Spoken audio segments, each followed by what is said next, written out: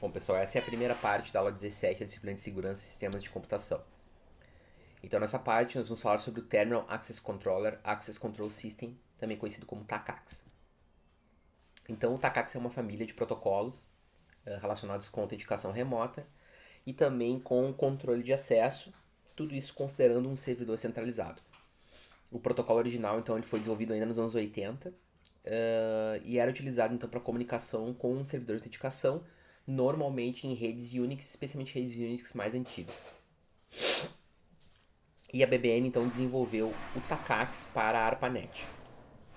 Já que nós estamos falando da ARPANET, então, que é a predecessora da internet, ela considera uma nomenclatura diferente, então ela chama os nós de roteamento de IMPs, que vem de Interface Message Processors, e os nós, esses IMPs que possuíam acesso discado, eram conhecidos como Terminal Interface Processor ou TIPS.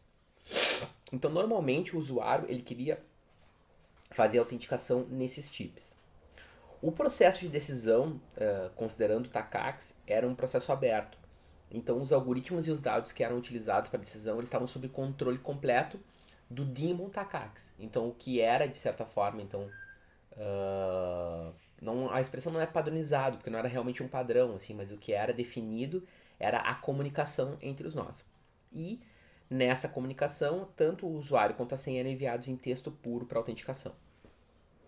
Bom, então, em função disso, né, com a evolução para a internet, o IETF, então, começa uma padronização para ele. Então, a primeira aparição que o TACACS tem no IETF é na RFC 927, ainda como apenas um aspecto de configuração para o Telnet.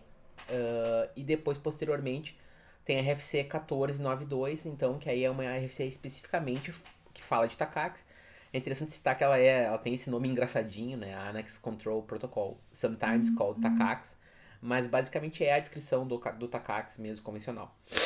Bom, e daí então a Cisco adota o TACACS para servidores de terminais e isso faz com que a popularidade dele então cresça significativamente. Ele possui então um servidor AA, que é um processo Unix, né, um daemon que fica rodando então em um sistema Unix, que é o TACACS-D, e ele utiliza então a porta UDP49. Então aqui temos mais informações sobre o funcionamento do TACACS. Bom, em 90, então, a Cisco lança uma nova versão, né, desenvolve uma nova versão do TACACS, conhecida como XTACACS, de Extended TACACS, que é uma extensão proprietária, né, desenvolvida pela Cisco e que não possui retrocompatibilidade com o protocolo original. Ela tinha algumas funcionalidades adicionais que depois foram sendo inseridas nesses sistemas de autenticação remota. Então, por exemplo, ela tinha separação das funções já em processos separados.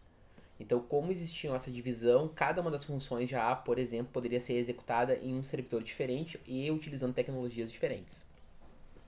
Bom, depois vem uma nova versão chamada de TACACS Plus, né, que também era uma versão proprietária e também não possuía retrocompatibilidade. Algo interessante sobre essa questão é que o TACACS, então, o TACACS Plus, melhor dizendo, ele vai ser descrito num draft no ano de 97 no IETF chamado Draft Grant TACACS, né? Então, o nome desse draft, que é conhecido como o draft, né? The Draft.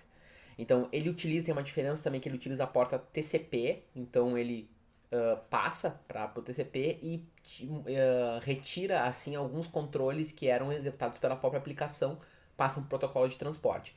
Utiliza também a porta 49. Ele tem o payload encriptado, então tem essa uma diferença também significativa, e tem os três protocolos separados em relação a AA. Então eles podem ser implementados em servidores diferentes. Além disso, então ele tem suporte a múltiplos protocolos, que hoje é talvez menos importante, mas na época não existia assim ainda uma clareza sobre qual seria o protocolo de transporte, o protocolo de rede que seriam utilizados assim nos tempos vindouros. Então, na época eles deixaram essa possibilidade então de ter um suporte multiprotocolo.